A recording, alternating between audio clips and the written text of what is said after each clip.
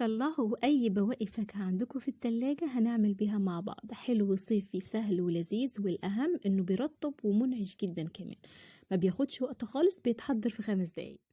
هنبدأ أول حاجة كوبايتين من المية السخنة، هنزل عليهم ب2 باكت من جيلي المانجا أو أي فليفر انتوا بتحبوه، هدوبهم مع بعض كويس جدا. هنزل عليهم بكوبايتين من المية الباردة وهنركنه على جنب. هنجيب القالب بتاعنا وننزله فيه بقى بأي فاكهة عندكم موجودة في التلاجة، بنقطعها كلها مكعبات وبنوزعها في القالب من كل الجوانب، بحيث يبقى عندي كده في كل ناحية تشكيلة كده من الفاكهة بتاعتنا. آخر حاجة وأهم حاجة ورق النعناع، بيدي طعم خطير في الوصفة دي، وكمان بيدي انتعاش وشكل حلو كده. القالب بتاعنا بقى جاهز.